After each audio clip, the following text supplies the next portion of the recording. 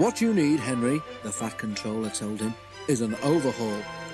"Yes, sir," agreed Henry. "Does that mean I've got to go away to Crewe again, sir?" The Fat Controller laughed. "Not this time," he said.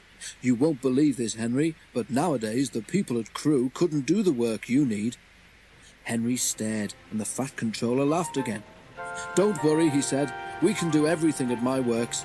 All I have to do is get you there." "If James takes the express tomorrow," went on the Fat Controller, "we can couple you in front. Do what you can to help, and you can go to the works in style." Henry told James that night. "Help me?" James snorted. "I don't need help. I can pull the express by myself, thank you. Overhaul indeed. 2 engines on 1 train is an overhaul, if you ask me." But the Fat Controller had already made the arrangements, so there was nothing James could do about it. Next morning, James backed onto the coaches in the big station. Henry followed and was coupled in front. James was not in the best of tempers, but when the Fat Controller came to see them off, James tried not to show how cross he was. "Good luck, Henry," said the Fat Controller. "The people at the works know what to do, so you won't be there too long. James and Bear will take turns with the express when Gordon is busy." The express only stops once before it reaches the other railway, and that is at the works station. Because of his leaky smoke box, Henry could not help very much, but he saved his hardest effort for Gordon's Hill.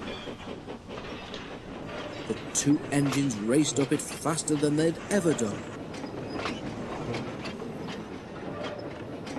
When they reached the top, James was feeling better. "That was fun," he said. "We might even be early at the workstation. We shall need extra time to uncouple you anyway."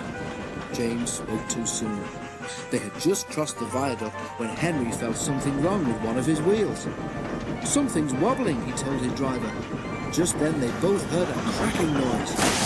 "Ouch!" exclaimed Henry. "Whatever it is, I think it's broken." They were passing a station. Something hit the platform and a brick flew past Henry's cab. It bounced off James's boiler and disappeared. "Ow!" exclaimed James. "Henry might need mending, but he needn't throw his broken bits at me." Just then, James and his driver heard Henry whistling to warn them that he wanted to stop. More bits and pieces flashed by, some hitting the carriages. Using the brakes skillfully, the driver stopped the train. Then, while the guard made sure that the train was protected behind, James's driver went to see if any passengers had been hurt by the flying debris. No one had, but one of the carriage windows was broken. Henry's crew inspected his wheel. The trouble was not hard to find. "Your wheel has a steel rim called a tyre," Henry's fireman told him. "It has broken and come off.